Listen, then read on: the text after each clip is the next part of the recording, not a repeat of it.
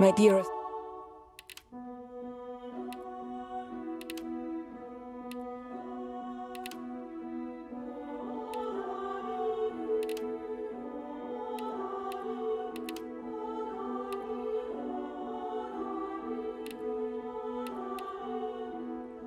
Dear Harry.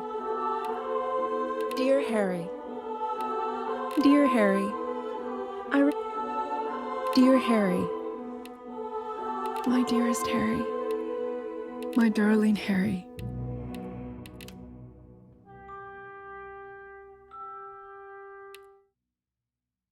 My dear Harry. I have no words. We thought you were dead. I can't stop smiling, and Father is beside himself. He's telling anyone who'll listen that you're alive and that he knew a lad like Harry would survive. What an adventure.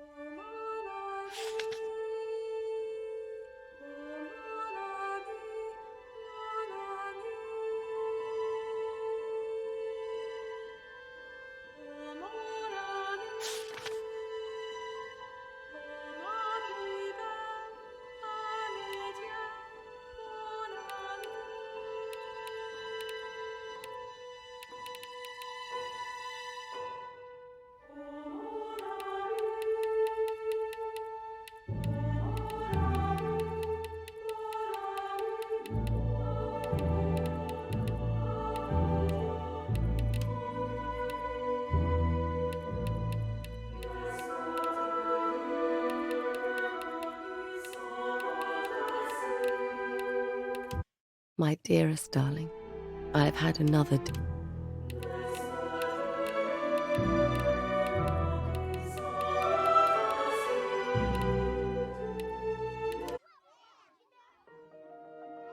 Hi, I'm Kerry Mulligan, Global Ambassador for children's charity War Child UK. Thank you for collecting all the pieces to unlock this video. You have followed the stories of Jack and Eva, set in 1918. While these stories don't seem out of place in the First World War, everything you've heard actually happened to children around the world in the past 10 years. The words and experiences are real. What happened to Jack and Eva is typical for millions of children around the world who live in war-affected countries. Times change, but one thing that stays the same is that war kills, maims, traumatizes, and destroys the lives of innocent children.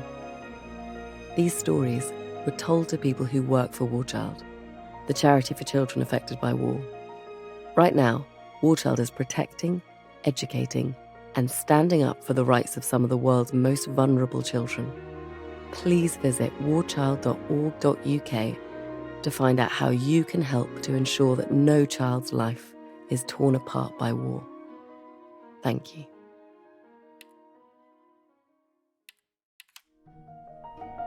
Congratulations to have found all collectibles of part 3.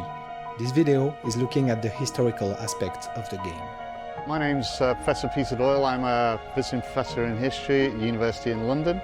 Well, the level of historical accuracy is always something, of course, that we have to consider. The game has to be a game, but what we've tried to do is to approach it with as accurate a process as possible. So the game starts at the end of 1916. The war has already seen massive battles which saw and expended huge numbers of men, and that's the focus of this game, the whole of this period after the end of these titanic battles and towards the end of the war. 1111 is a game, of course, and we knew there would be some give and take before we found the balance of historical accuracy and gameplay. Kurt is older. Their relationship is, tenuous initially. They can't communicate at all. I love that about the game as well. The German character is speaking in German, and Harry is trying to communicate with him in English, and initially it's kind of faulty. Harry and Kurt, both of them are going to the front for very, very different reasons. But they have something in common, how they feel about taking the life of someone else. This is something for them that they cannot imagine.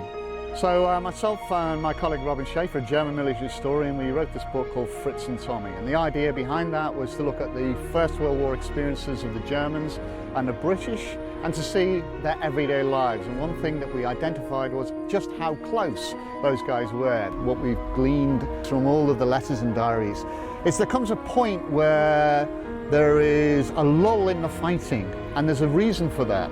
The men of both sides decide, right, let's put the fighting aside, let's go into no man's land, let's do what we can for our dead, and let's respect those on each other.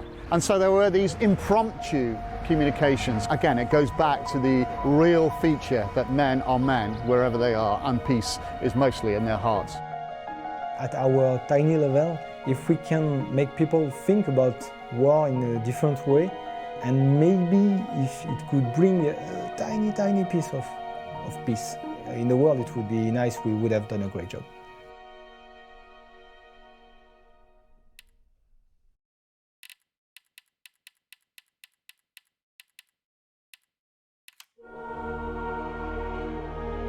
Congratulations to have found all collectibles of part 2.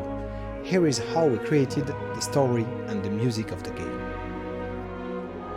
Right now, music for video games is really the most innovative music going on at the moment. Normally I start off with a Skype conversation with Olivier, and he's got some very definite ideas of how to approach it.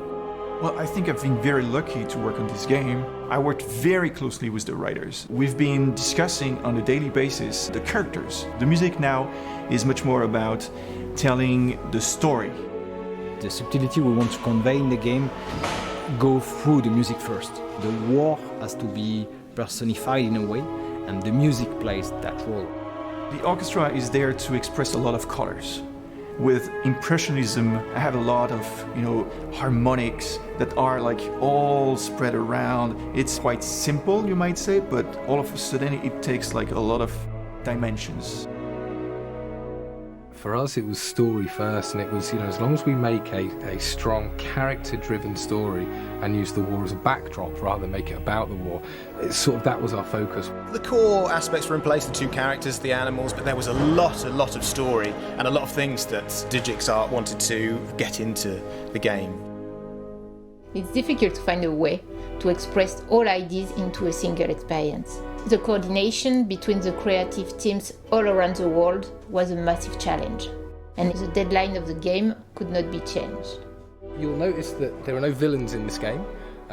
Each of the characters that you think may be a villain will hopefully have a redeeming arc somewhere. When you're dealing with a subject matter like war, to talk about things in terms of good and bad and right and wrong, it just feels so absolutely wrong. We just wanted to write everybody is very, very human, and everything is just shades of morally grey. It's up to the player to kind of decide what they think is best in any given situation.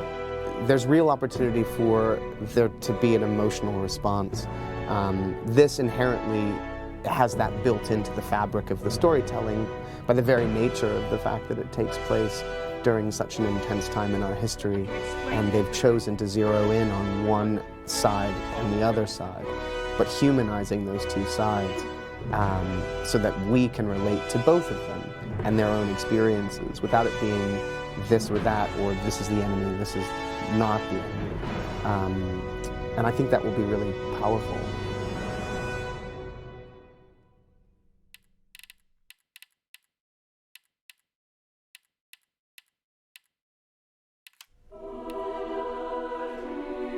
Congratulations to have found all collectibles of part 1.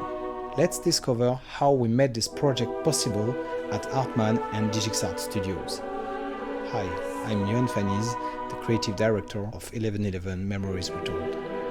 I'm Bram Tweem and I'm the art director for 1111. So it's my job to design, tickle and tease the visuals until they convey the story and moods that we want.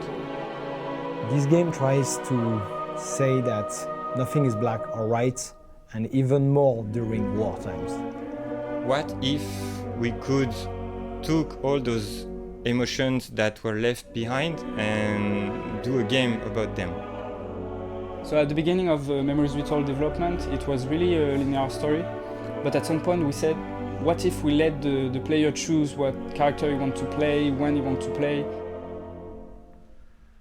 It's been special to lend a voice to a narrative that feels very refreshing and different within the context of the World War I experience in games.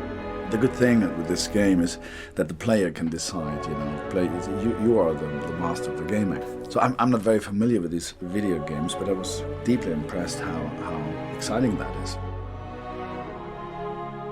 Both characters will change during the story, and I want the players to feel that they've travelled with them.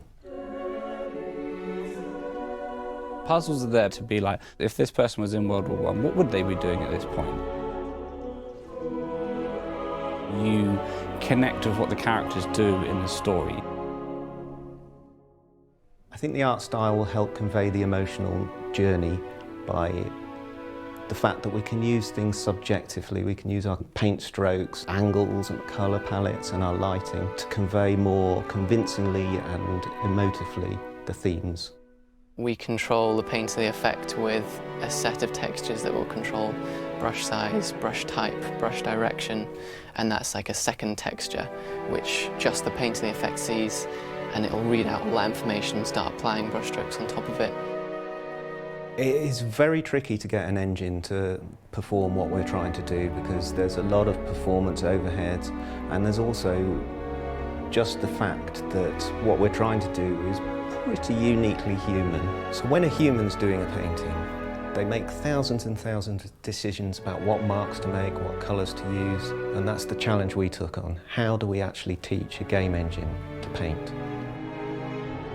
If just one person in the world kind of played it and got to the end of it and felt deep emotion, felt a connection to that moment in history and walked away like being thankful and thoughtful and considerate and overwhelmed by actually quite what had happened in history, then we'd have done a great thing.